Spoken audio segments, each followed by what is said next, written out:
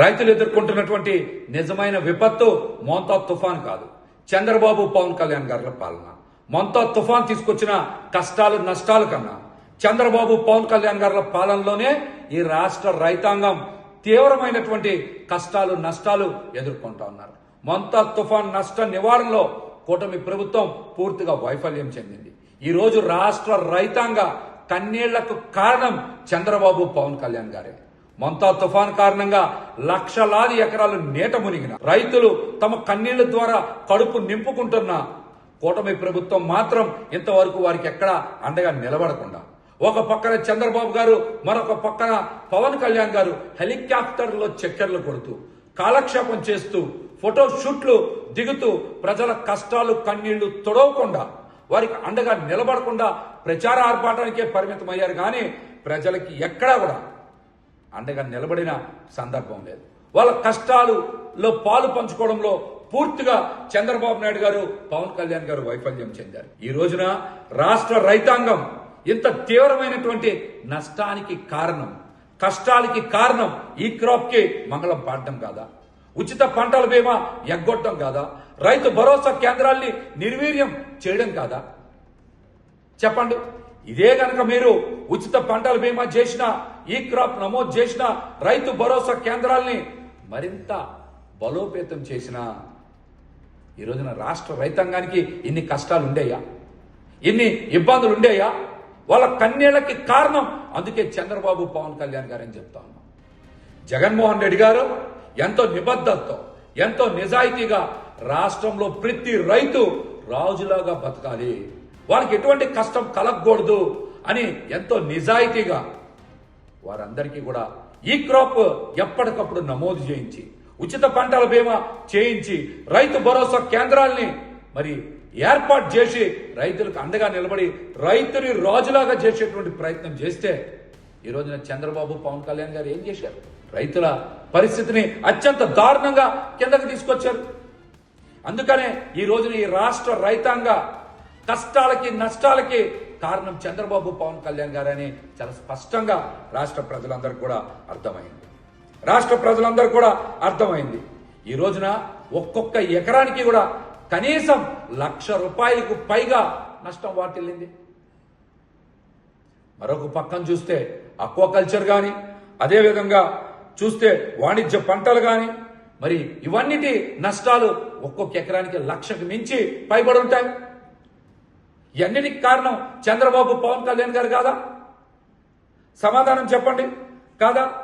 ఈ రోజున పంట పొలాల్లో నష్టపోయినటువంటి పంటని తొలగించడానికే ఒక్కొక్క ఎకరానికి 10,000 నుంచి 20,000 రూపాయలు ఖర్చు అవుతుందని అధికారులే బయటికి చెప్తా ఉన్నారు. రేపు ప్రభుత్వం నిజంగా అరాకొరా సాయం చేస్తే అది రైతులకు కనీసం ఉపయోగపడుతుందా?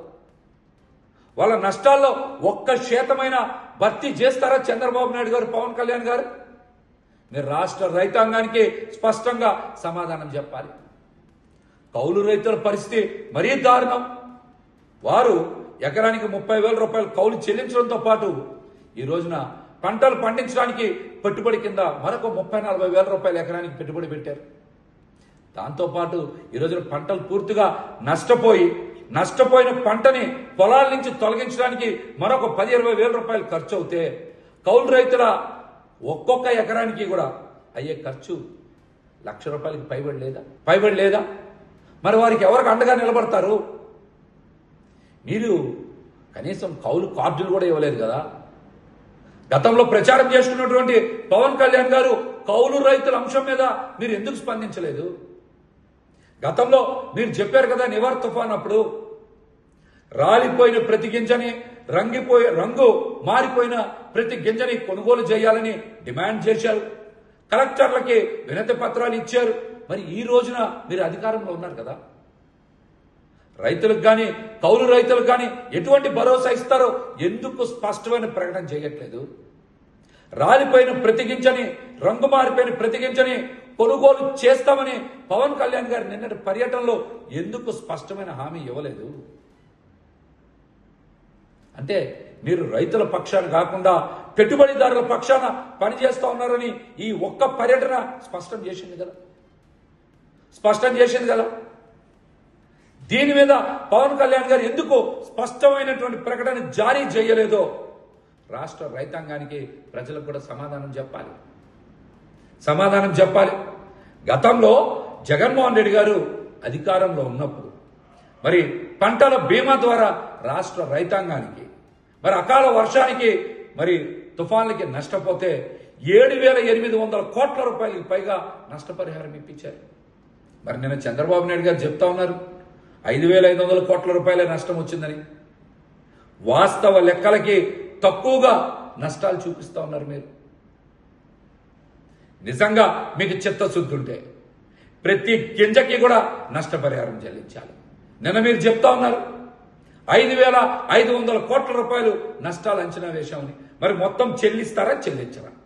రాష్ట్ర రైతాంగంలో ఉండేటువంటి ప్రతి రైతుకి, ప్రతి కౌలు రైతుకి, ఆక్వా రైతులకి అండగా ఉండరా? మీరు సమాధానం చెప్పలేదు.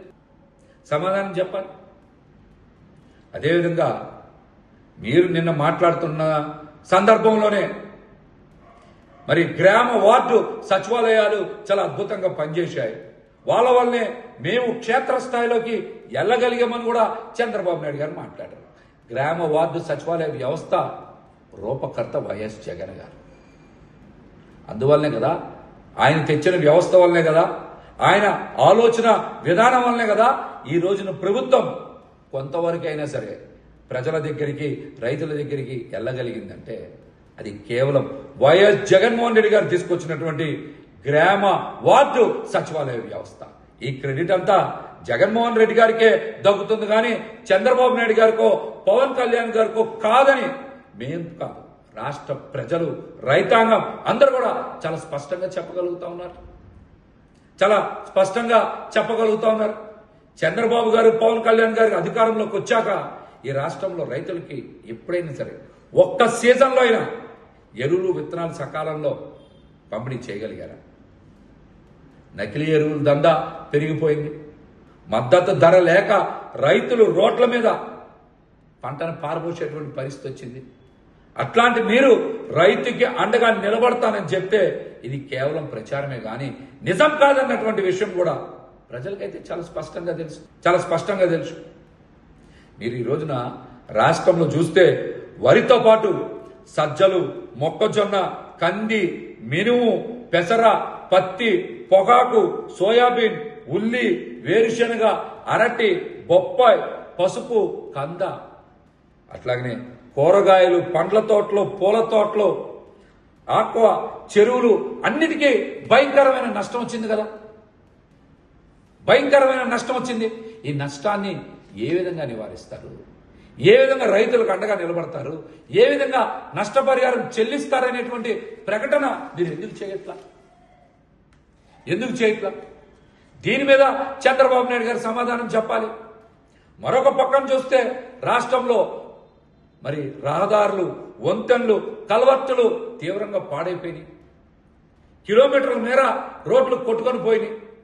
ఎక్కడ పడితే అక్కడ గుంతల పడ్డ రోడ్లు. మరి ఇట్లా మరమ్మతులకే వేల కోట్ల రూపాయలు కావాలి కదా. మరి దీని గురించి చంద్రబాబు నాయుడు గారు, పవన్ కళ్యాణ్ గారు ఎందుకు స్పష్టమైనటువంటి ప్రకటన జారీ చేయట్లేదు? మీ చిత్తశుద్ధి లోపించిందనే విషయం ఈ ఒక్క ప్రకటన ముందే ప్రజలందరికీ అర్థమవుతుంది కదా. మీకు నిజంగా చిత్తశుద్ధి ఉంటే చాలా స్పష్టమైన ప్రకటన జారీ చేసేవాళ్ళు. జారీ చేయలేదంటే మీకు ప్రజల పట్ల, రైతాంగం పట్ల చిత్తశుద్ధి లేదనే కదా. జగన్మోహన్ రెడ్డి గారి లాగా మీరు నిజాయితీగా వ్యవస్థని బలోపేతం చేసి ప్రజల జీవితాల్లో మార్పు వచ్చేలాగా పని చేయట్లేదన్న వాస్తవం ఈ రోజున రాష్ట్ర ప్రజలకి చాలా స్పష్టంగా అర్థమవుతుంది. మీరు సాయం చేయడంలో 0, ప్రచారంలో మాత్రం 100 మార్కులు కొట్టేశారనేటువంటి అంశం రాష్ట్ర ప్రజలకు చాలా స్పష్టంగా అర్థమైంది. మీరు ఎప్పటికైనా కళ్ళు తెరవండి. పెట్టుబడిదారుల కోసమో, పారిశ్రామికవేత్తల కోసమో, లేకపోతే అచ్చంగా అవినీతి సంపాదన కోసమో, వ్యక్తిగత స్వార్థం కోసమో పనిచేయడం మానేసి ఇక నుంచైనా సరే ప్రజల కష్టాలు తీర్చడానికి, రాష్ట్ర రైతాంగానికి అండగా నిలబడి వాళ్ళ నష్ట నివారణ చేపట్టేలాగా, వారి పంటల నష్టానికి పూర్తి స్థాయిలో ప్రభుత్వం డబ్బులు చెల్లించేలాగా పనిచేయకపోతే మిమ్మల్ని కలుపు మొక్క పీకినట్టు పీకేస్తారని కూడా హెచ్చరిస్తాం.